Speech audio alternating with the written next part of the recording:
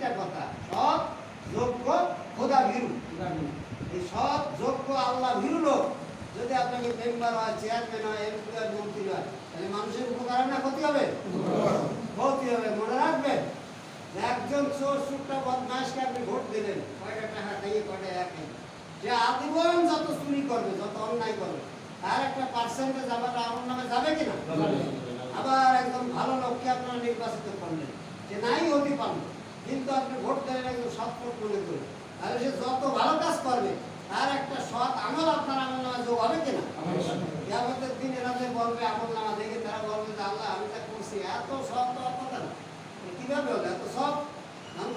তুমি বীজ লাগাই দিয়েছে, সব লোকরা ভোট দিয়েছো, সেই 5 বছর 10 বছর ধরে যত ভালো কাজ করছে তার একটা আমলের পার্সেন্টেজ তোমার আমল নামায় যুক্ত হয়েছে। তাহলে আমরা এরকম একটা পরকালীন কল্যাণ চাই না এরকম জাহান্নাম আবার চাই? কোনটা? কল্যাণ চাই।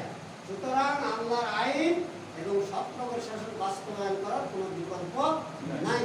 আমরা সোনার বাংলা করতে চাই, এখন সোনার মানুষ দরকার এবং আল্লাহর আইন দরকার। এটাই আমাদের মূল কথা, যে আমরা আল্লাহর আইন বাস্তবায়ন করব, মানব রচিত আইন পরাভূত করব, আর ছোটটা বদমাইশ দাওয়াই দেব, আল্লাহওয়ালা লোক ক্ষমতায় বসাবো। কি আপনার সাথে একমত কিনা? আলহামদুলিল্লাহ, এটা হচ্ছে আমাদের টোটাল কর্মসূচির একটা কর্মসূচি মাত্র।